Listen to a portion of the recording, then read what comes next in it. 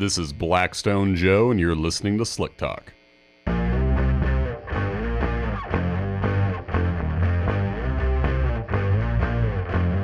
If I say I'm an oil man, you will agree.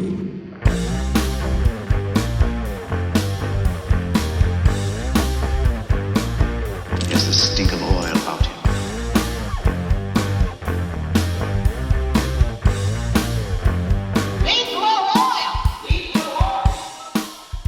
All right, welcome into episode 102. This one is called The State of the Stone, and we have none other than President of Blackstone Laboratories, Ryan Stark, back on the program.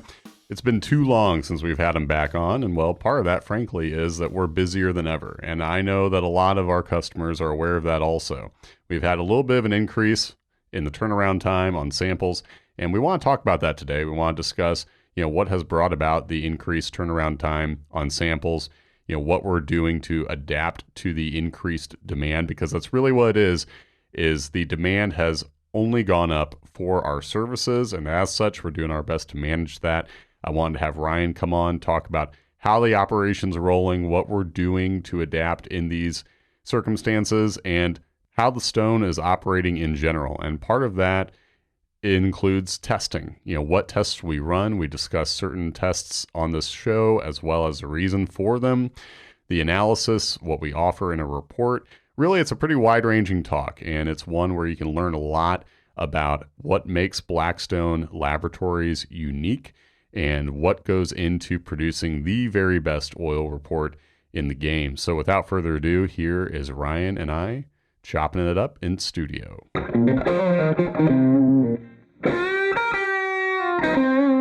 I don't know. They seem to have a good team this year. We'll see. Yeah. It's I don't live and die by the Detroit Lions, thank goodness, or I'd been dead long ago. So does Purdue get all the emotional batteries as far as sports go? Well, those got drained at the NCAA tournament, and they have kind of yet to be recharged. Their football teams, they got a new coach, so they've got some growing pains, but they'll probably get recharged when basketball season starts. Mm-hmm. It's one of those things. I'll get my hopes up, and maybe this year. They're we'll still see how it projected to goes. win the big, so you have that. Yep. They'll have a good team. Yeah. With Edie coming back, and actually all their starters are coming back, so they should have a good team. But it'll be fun to watch. I enjoy watching anyway, and my dad used to really get. He lived and died by. Did he holler at the TV? Yep. Yeah. He would do that. He was very, very emotional on that, but it's I don't take it as hard. I always figure if Purdue has a big loss, the players probably are more disgusted than I am. So don't really have any complaints. I can just shut off the TV and go to bed. I do my best report writing after a devastating loss. Why is that? Because I want to think about anything but that loss, so I can dive into the reports and be like, this is all I want to think about, and not what I witnessed the night before. So that's that's when I do my best, because the words per minute increase, all of that. Okay. But yeah, as busy as we are, I just kind of was curious about outside of the lab first. The distractions or what you look forward to, because we work pretty hard, and I know that sports is one of the outlets, but are you able to do any flying lately, or is that kind of slowed down at all? The flying, actually, I've got more flying done this year than I've done in years, just because the plane's out of was finished with the annual pretty early. I was done with it in February, so I had most of the year to fly. Yeah. And the weather was good this summer. I was able to take a trip. I flew out to Colorado. Oh, nice. Which is a long way for a little 100 horsepower engine. Yeah, how many stops? 2-seater airplane. 3 stops going out, and then that wasn't. It was enough. I got there, but it wasn't quite enough to make the flights less nerve-wracking, I guess would be a good phrase. So on the way back, I did 4 stops of fuel and did a little bit shorter runs, but. It was fun. I got to see a lot of the country, and the weather was good. I landed in Fremont County, which is right right as you're getting to the Rockies. So I didn't really do any kind of mountain flying, but it was enjoyable time, and the plane did well, and is the longest cross country flight I've ever done. So that was And how recent was this? that was back at the end of August. Oh, okay. Nice. So did you have any spots that you in particular were looking forward to stopping along the way? Or was it just kind of like purely, I'm going to stop here because it's necessity? Or did you have that planned out for, anything you wanted to see in particular? Most of it was just planned out for fuel stops. I was looking forward to the flight through kind of eastern Colorado, where you really get into there isn't much to see in eastern Colorado, at least from the air, and the ground's probably not a whole lot different. It's pretty desolate, but it was fun to fly through and see the Rockies. But by the time I got there, I kind of got off to a late start, and by the time I got there, it was getting kind of twilight, and so I didn't really get a good view of the Rockies like I was hoping when you first go up there. But it was still a fun trip. Sure. So how many oil changes do you have on the engine at this point? I think I've got 2 done now. Yeah. And the next one I'll be doing the annual again over the winter, and I'll change it because this is the first time I actually ran on some leaded fuel. So. Oh, really? Okay. Yeah, so was that purely out of necessity as far as that goes? Most places that you land don't have unleaded. So Okay. You land at an airport that's got a self-serve fuel. That's ideal because you can just pull up, put your credit card in, fill up, and then go. You don't even have to wait for a fuel truck to come around or anything like that. Interesting. So all the road tax owners that we see that are running unleaded fuel, that's pretty well coordinated then, so they don't have to worry about stopping somewhere and then filling up with leaded and unexpectedly, or Right, and the engine runs fine either way. Right. But they want you to do a shorter oil change if you're running leaded fuel, because the lead kind of can get into the oil or gets into the oil from blow by, and it's hard for it to. It can cause not necessarily sludging problems, but there's a little bit of sludge that's always left over from running that lead in there. So they want shorter oil changes because of that. But if you're lucky enough to run unleaded exclusively, you're either only flying around your airport and you're bringing your own fuel in, or you can be, some places have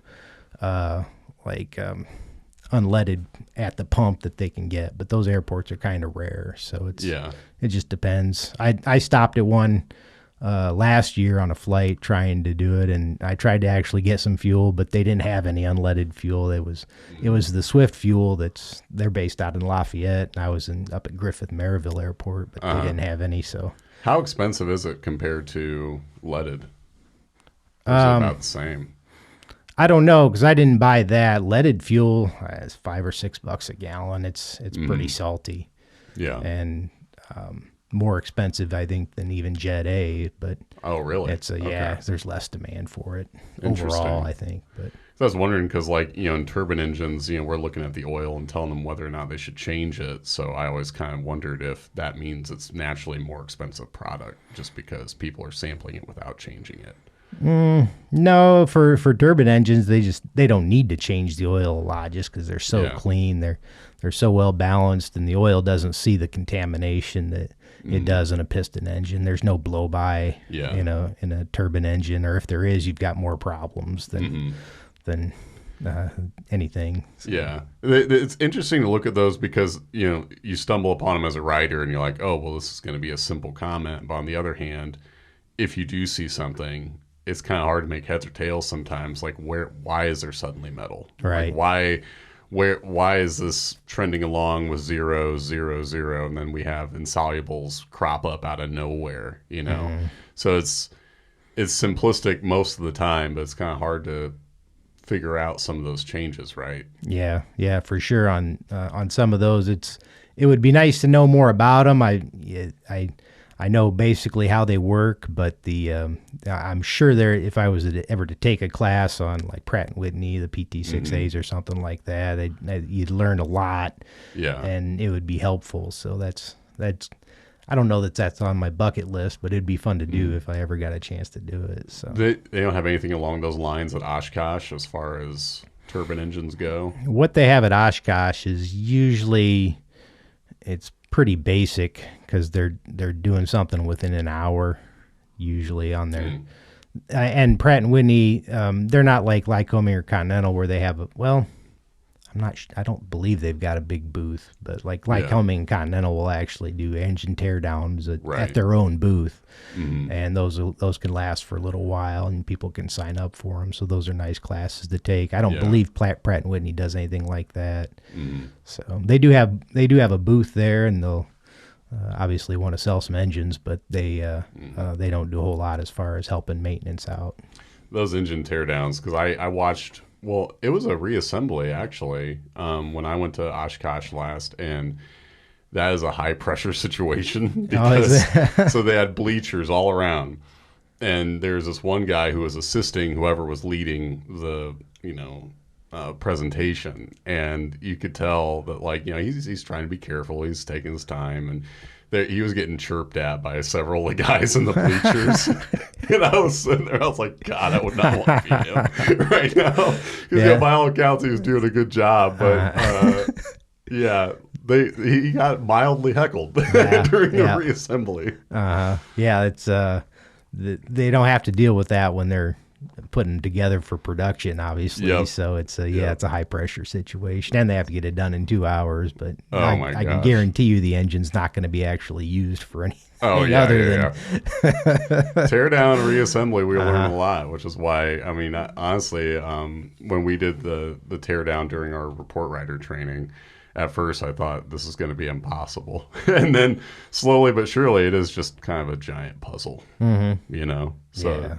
Does end up being valuable experience, but the main reason I wanted to have you on, though, was kind of just a state of the stone, if you will, because it feels like to me we're busier than ever, and I don't know, it feels like a slow season is slowly becoming a myth to some extent. I know when we get into the dead of winter, probably. But is this the busiest you've ever seen the operation, or is that a little bit of recency bias? Absolutely. No, it's we've never been. Right now, I think they say we've got like a 15-day turnaround time from when the sample arrives, and part of that's just because it takes us a week almost just to unpack a sample. Yeah. If it comes in through regular mail, you kind of got to wait in line, and so our turnaround time's never been this bad. And I don't know exactly what has prompted the big influx in samples, but there's been a lot of them showing up, and we always kind of get busier in the fall. The slow time used to be actually kind of would run from middle of November all the way until end of February, early March, just because there's not a lot of action out there. But we've become more popular in the marine industry, and those guys are all pulling their boats out right about now. We've got them out, and it's a good time to do maintenance and things like that. So that type of work tends to show up in the fall, and with the same thing with airplanes and motorcycles, and people are putting them away, and half the people either change oil when they put it away or change oil when they get it out in the spring. So there's usually a big bunch of samples that roll in from that. So but this is the busiest. We always grow. We typically grow about 10% every year. And I haven't run the numbers for what we are recently, but I wouldn't be surprised if we're a little bit ahead of that track right now. So I know we're making changes and adapting as best we can. So I was wondering if you could talk through just what is different now, or what's going to be different about the operation to help keep up with demand a little bit. Well, one of the things that we're really working on right now is getting a new aircraft lab going. The aircraft lab that we're using now, and I probably should tell your listeners why we have a whole different lab for aircraft. Yeah, actually, it wouldn't be a bad idea. It's because they run leaded fuel. So, and that lead tends to carry over for spectrometer samples when you have a sample that might have, and for those who haven't seen an aircraft report, they'll have 3,000 to 5,000 parts per million of lead, and that's all just blow by from the fuel. So, and they need to use leaded fuel because the lead's in there for anti-detonation purposes. Right. If you don't have it on certain high-powered engines, they'll be more susceptible to detonation, which is about the fastest way you can kill an engine is to burn a hole through the piston. And that's bad, but the compression that gets past the hole in the piston blows all the oil out of your engine, so you end up with oil starvation, which is just like if you were flying along and somebody opened up the drain plug on your pan and drained all the oil out. It's going to fail pretty quick. As bad as it sounds. Yeah. And cars are susceptible to it too, and they were, except they have computer controlled as far as mixture and timing. So, and they all have NOx sensors as well. So if your automotive engine detects that you're suffering from detonation with the NOx sensor, it'll go to a rich mixture automatically, or it'll change timing. It'll do whatever it has to do to ward off detonation and fix that problem, or make it so it doesn't happen continually again and again to where it hurts the engine. But aircraft engines aren't that sophisticated, and there's good reasons for it, and it would be nice if a lot of it, if they were able to have things like NOx sensors and automatic mixture controls and things like that, especially the mixture. If you took that out of the pilot's hands, it would be very good for the pilots. A lot of pilots, they learn how to run the mixture for their airplanes, but it's difficult to they learn it from their instructor, and they don't know for sure if they're getting it right or not, or if their instructor knows. They just know, here's what works for me. So, but anyway, getting back to the lead, that's the aircraft engines run leaded fuel. The lead gets into the oil, and so we see it in the sample. And you have to have a longer rinse time on the spectrometer for that, so that lead doesn't carry over into something like a diesel engine that you might think the lead's from the bearings and might have a bearing problem. So, in order to help solve that problem, we just opened up a whole separate lab that's different from the main lab that we do all the automotive stuff and the industrial work. And so that helps keep that lead carryover problem at bay. It still happens on occasion, and our writers are trained, obviously, to look for carryover. If you see an aircraft sample in the middle of an automotive run, you're going to have to rerun the next sample after that, because that lead's going to carry over. And likewise with gasoline engines, automotive that are running leaded fuel, sometimes those will get mixed in with plenty of unleaded samples, so we'll see that carry over just like we would with aircraft. Yep. So, engines that do racing or anything like that, if they get some racing fuel which has lead in it, or can have lead in it, then that'll carry over as well. So there'll always be a restore sample here or there too. That additives. So, but the aircraft lab we have currently is only good for about 4 runs, which is 144 samples. Now we're running 5 runs through there, so we're over capacity. And so in order to help, alleviate that, we're opening up a new lab in our main building that used to be the main lab. Right. So that'll be coming next year, hopefully next year at this time. Opening up a new lab, there's a lot to it, but it's not as much as some people might think. We don't really need any special power requirements to run the spectrometers. If we have 220 volts, single phase, that's good enough. Exhaust hood for running the flashpoints is the biggest thing. That's one of the biggest considerations. And so getting that in there and balancing the air flowing through the building so you don't have a negative pressure and it's hard to open your doors and things like that. So there's a lot of considerations in that, but we've done it a couple times. Hopefully we get better each time. And so that'll help for the aircraft work. For the automotive work, that's we're pretty busy in that regard too, and we don't have plans to open up a new lab at that point. But we can add more lab operators, which would help run samples through the lab. Probably the best thing would be to just get more report writers in, and because that's typically the bottleneck is having enough report writers, enough competent report writers that can look at the data and write a good comment and send out the report. So yeah, part of the the turnaround time is definitely when the writer gets it and sends out the comment. But like, if there's a good thing about the elongated turnaround time, I think it's that we're actually producing a good report that is written by someone who actually is looking at the data and trends and taking time to write something that's unique.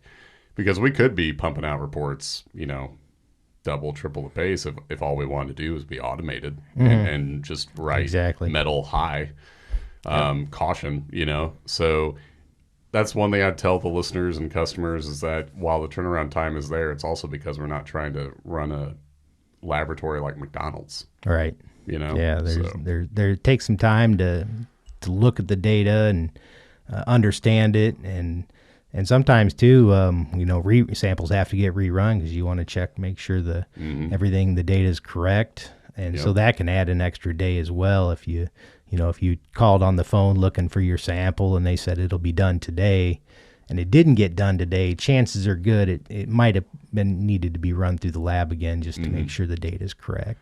I think also like it goes to how the samples are sent. If people are taking time to fill out the oil information slip and we have everything we need right away, that also helps the report turnaround. Correct. And sometimes there will be reruns that are done just because we had limited info that told us this might be this sort of sample. In reality, it wasn't. We didn't have all the details. And then so like it all flows together. I feel like as far as the details we have and our operation, our side of things. But yeah, it all goes together. So we're going to add in the aircraft lab, but we're not having 2 aircraft labs, right? You're just moving the aircraft lab to the new location that can take on more volume. And then we'll be having 2 labs that run the majority of what we do. Yes. Okay. So yeah, it's definitely involved in sizable operation. I mean, as far as the campus goes, yeah, we're kind of tight on space, and we don't actually have any more space for that many more report writers. Right. But we're trying to fix that too. We've got a renter in one of our buildings that we're probably gonna have him vacate so we can use his spot, and that's actually one of the original Blackstone buildings where we're moving in, where the booth store is. Okay. It used to be a doctor's office years ago, and then we took that over back in maybe 89 or 90. Dad moved from just a little sliver of a section of a building to expand it out into the doctor's office, and converted that to a lab and reception area and things like that, and then we moved over to where the Furrier used to be, so that's where our current aircraft lab is now. So, but it was first the dentist office takeover was the original, right? I think what the original sliver of building that we had was I think a dry cleaner.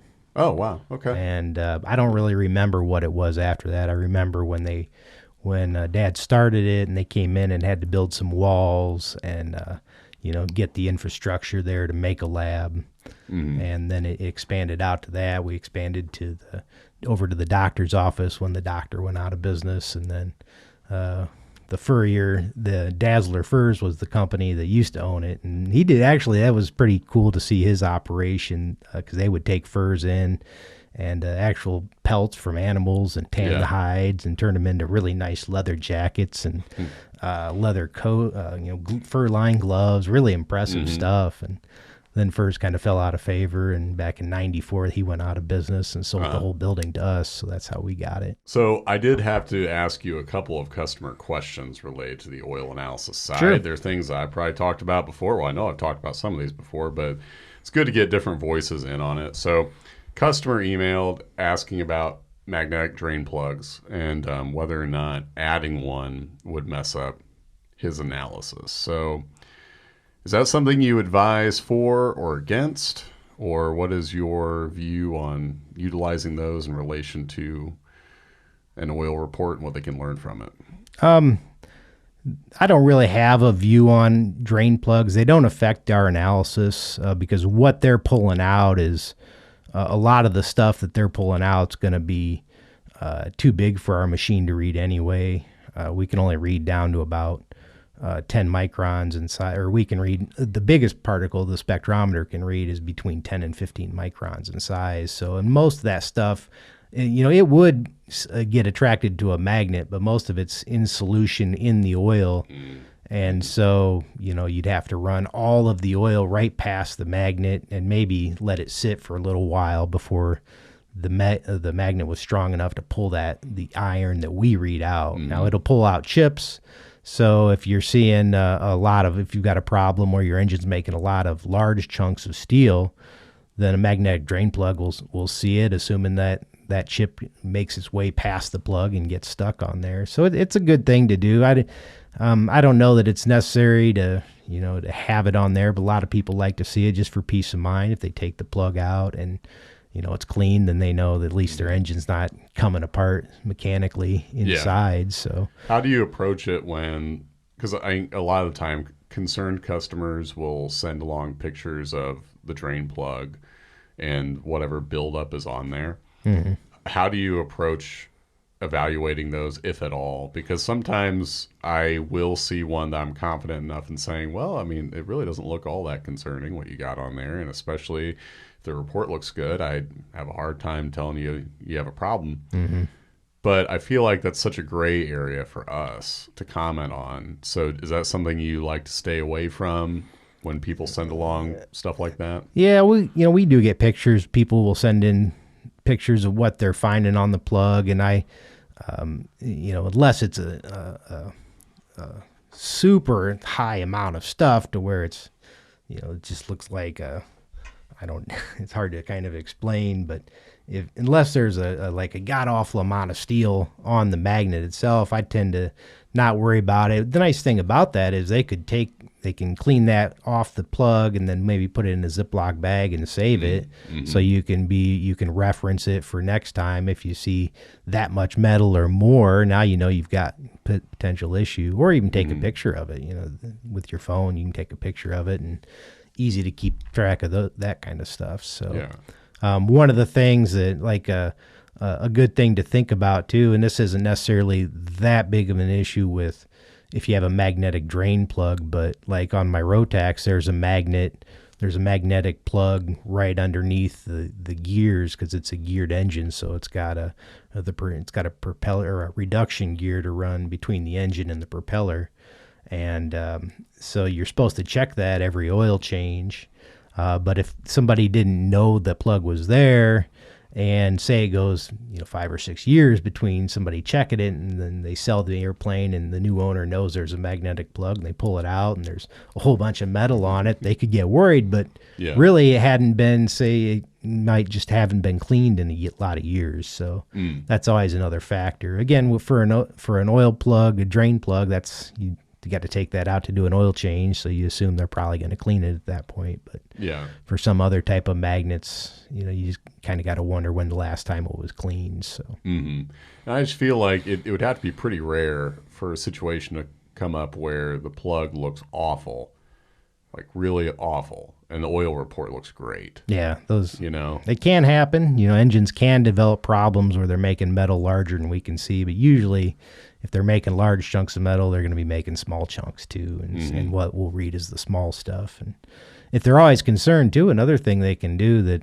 is really common in the aviation industry, but not super common in the automotive world, is you can always cut open your oil filter.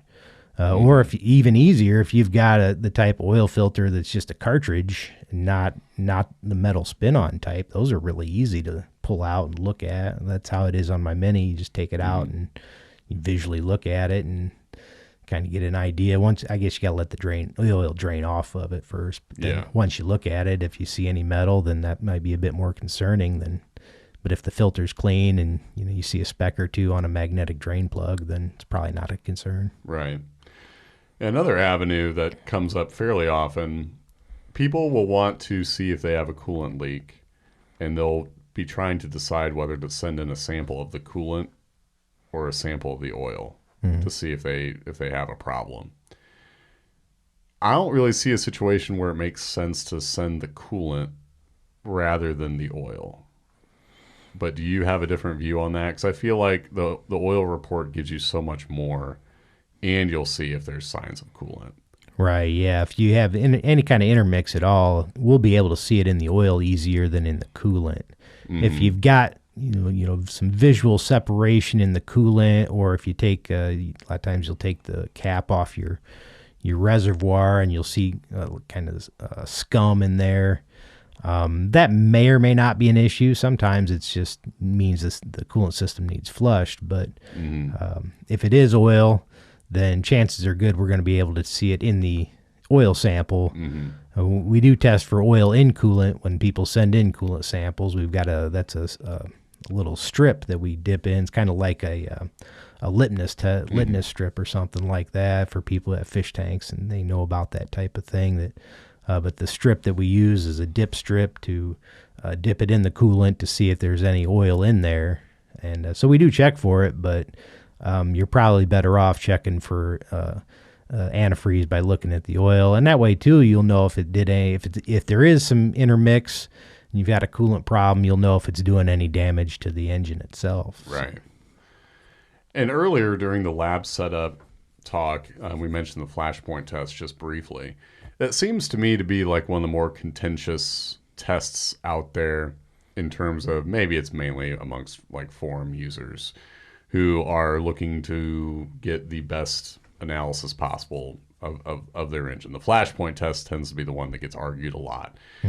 And in my mind, it's been around a long time, but it still is a reliable way to see solvent-based contamination. Oh, yeah, for sure. Do you have an understanding why people want to, look at other methods more so than the flashpoint, or like what is out there that people are looking for that the flashpoint might not give, I guess? What makes it a point of contention? Well, the other test, in fact, probably the most common test that people use, other labs used for looking for fuel, is a gas chromatograph, which is that's a really, it's a very good instrument for stuff like that. You can find, but using it to just see fuel and oil is kind of overkill, because you can, that type of machine, if you run, say, a sample of gasoline through it, it'll tell you exactly what compound is in that gasoline, every compound. It'll give out a printout of, 3 or 4 feet long of here's every compound that's in this gasoline. So it's a very good analytical machine. It's used a lot. There's a lot of uses for gas chromatograph. And one of the uses that's out there in the oil analysis world is for checking for fuel. Yeah. And it does a good job. It's actually far more accurate than the flashpoint. So your listeners might be wondering why we don't have one. That's because what we're mainly concerned about are problem levels of fuel. Yeah. And so if we go and start reporting you've got 1% fuel via the gas chromatograph, our customers might get nervous, or we'd have to explain that that's normal, because there's always some fuel dilution in the oil, no matter what. As soon as that engine's running, you're always going to have some blow-by past the rings, and there's always going to be some fuel. What we're always concerned about is problem levels, and that's what the flashpoint's good at picking up. Yeah. And the flashpoint, and one of the flashpoint could potentially be probably not as accurate as a gas chromatograph, but it could be really good if you had a really good solid way of identifying the flash at every point, every time it goes off. Now, we've got lab operators that are visually looking at it, but sometimes some flashes aren't as bright as others, so you can get some variation just in one operator compared to one operator to the other in what the flashpoint temperature actually was. So there's a little bit of variation in that. So it's hard to find, it's hard to really quantify low levels of fuel, and that's one of the big reasons why we don't tend to worry about it too much. What we're looking for are problem levels. When you get enough fuel to lower the flashpoint by 50 or 60 degrees, now you've got a problem. We'll probably see a low viscosity too. Right. And the flashpoint's just kind of something that it is an old test. It was the original test that they used for finding fuel. And it's a good test. It's hard to fool. It's a lot. You can you can have a lot of flashpoints for the cost of one gas chromatograph, and you don't have to buy helium and all kinds of different carrier gases that those machines require, or you don't have to have a chemist that knows how to run one either. So there's a lot to go into the gas chromatograph, and I like the machine. I think it's overkill for what we're doing. The flashpoints been a good test for us. We started doing them back in '85. It's still a valid test, and it also helps us find water too. So we can see getting 2 tests done at one time by doing the flashpoint test, and we see that by the test is done. You take a brass cup and you pour oil in it, and then you put it on a burner, and as it's heating up, the vapors that are coming off the oil ignite. But that cup is hot, so when you pour an oil into that cup, and if it's hot, it'll boil and sizzle and crackle, and that's how you find water. So we can identify water in it. We can identify problem levels of fuel, something that you'll need to address, and so it's a good test. Yeah, and to our credit, we're looking at the remaining tests to help understand if there is a fuel system issue. Like you mentioned, the viscosity. If people want to get wrapped up in the amounts, that's fine, but we can see the effects of fuel as well if it's high. So it's not as if the flashpoint is the lone indicator, I guess, of what could be going on with regards to fuel. Like we can see if additives are diluted, we can see if the viscosity is thin. Yep. And taking all of that into account helps, whereas getting wrapped up in the 1%, 2%, et cetera, sometimes I think people can get lost in the weeds a little bit and think, well, I had 1%. That shouldn't be there, Right. But in truth, if you look at the rest of the report, you can see whether or not the engine's, doing fine. So, yeah. You mentioned that fuel's always going to be there. But some people have the misconception, I think, that water is also always going to be there. I think there's still that idea out there that even in modern engines, people anticipate water just due to moisture in the atmosphere. But that's really not something that should ever show up, right, as far as a modern engine goes? That's correct, yeah. Modern gas or diesel engines, it's really pretty rare to see water. There's going to be a certain level of water down in the hundreds of parts per million, pretty low, lower than what the flashpoint test can identify or what our insolubles test can quantify.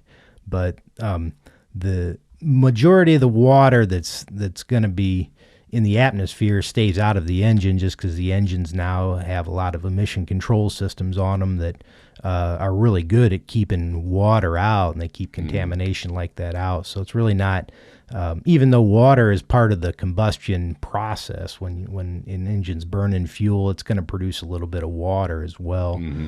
Most of that should leave with the exhaust, and anything that does get in the oil, actually, once the oil gets up to operating temperature, that should be hot enough to boil the water out. So if you've got a problem with water in the sample, when I see water in an automotive engine, usually the first thing I think of is it's contamination from an outside source when they were getting the sample. Yeah. If somebody didn't have our sample bottle and got a sample out of what they thought was a dry water bottle, maybe it wasn't completely dry. I've seen that situation before, so it's typically we discount it and not worry about it, especially if it doesn't look like antifreeze. So that's another potential source, but when we see antifreeze, usually we don't see water in the oil, and that's because the water phase of the antifreeze boils off, but we do see potassium and sodium, which are left in the oil after the boiling off happens. But if you've got an antifreeze problem bad enough that there's water in there, it's a bad problem. It's a gusher, and you probably know about it because the engine's overheating on a regular basis, so you at least know something's wrong. Yeah, if anything, that sample's coming in just to see how the rest of it looks, So getting towards the end here, I try not to battle in the forums because it's kind of a fruitless endeavor. Wise man. But customer friend of the program sent along a forum link, and he was like, hey, they're talking about Blackstone. I've been a customer for a long time, been a listener to the podcast from the day one. wondered if you'd want to comment on any of this. And most of it I didn't really care about. But there was one misconception about our averages that I thought would be worth clearing up. So one customer noted that he didn't like the idea of the universal averages because samples from failed engines would skew those averages, which speaks to a lack of knowledge of our operations. So I was wondering if you could talk about averages a little bit and why failure samples are not a concern when people are going to use those averages as a benchmark. Sure, yeah, because we've got the ability to exclude a sample from the average file. So anything that doesn't look normal, we tend to exclude it. Any kind of wear-in sample on an engine that's new or something that looks like it's failed, we won't include those into the averages just so they don't get skewed. So, and that's actually one of the first features I put onto our new software. The original software that we had, everything went into the universal average file. So, and those averages would turn to garbage after a while. They weren't, if you do enough of them, enough samples where they look bad, that will skew them. So we would end up having to make new engines for average file to keep our average file relevant and correct. And so, yeah, that was one of the very first features for the new software, is to be able to exclude a sample from the average file. So if we see something 1,000 parts per million iron, that would skew an average that didn't have very many samples in it. So we've got some samples, some engines, we've got over 15,000 samples in the average file, certain power strokes for the Fords and things like that. Some of the BMWs are probably getting up there, and the Subaru engines, and we'd see a lot of them. So those averages, when they get to be that mature, they're unskewable almost. And so at that point, it doesn't really matter. But when we see a brand new engine that we might only have a handful of samples, you want to make sure what you're putting in there is good. So our ability to control that, as well as our ability to put highlights on the page, it's not strictly a computer, which I think is always good to remind the listeners of, that there's actually analysis that's playing a role in those choices. So try to stay out of the forums as much as possible, but when we get a good one to talk about, I feel like it's worthwhile. So the bad press, we've gotten bad press in forums, and it's usually pretty short-lived, because those things, there's always new threads coming out on different stuff. So and it used to make my blood boil, actually, a little bit when somebody talked bad about my company. But you just kind of, as I've gotten older, I try not to let that type of stuff bother me anymore, because it doesn't. There aren't that many people that read any one particular thread. There, forums are popular, obviously, and there's a lot of good stuff on them too. You just kind of gotta weed out. If somebody's talking bad about us, they're probably just a competitor or something like that. Yeah, or someone who just doesn't understand. And if they want to understand, we're very accessible, which I think is another ideal hallmark about us, is whether you want to call or email or talk to anyone, whether it be you or the newest report writer on staff. Anyone can take that question. So, well, it's good to have a report on the state of the stone, Ryan. Thanks for hanging out, and we'll have to get back to those reports now, I think. Oh, we got some work to do. All right, that was Ryan and I on episode 102. I had a lot of fun having him on in studio. It's hard to find a time to kick back and have a good talk these days, given how busy we are. As soon as I hit stop on this recording, I'll be going right back to the reports myself. It's a Friday. We've got plenty of them in the system, and we're going to get them all out to you as best we can. But in the meantime, thank you so much to our customers, our loyal listeners of this program, for supporting us along the way. We're doing our very best to produce the best oil report, and we thank you for joining us. As always, don't forget to rate, review, and subscribe. We'd love to hear from you. Until next time, this is Blackstone Joe signing off.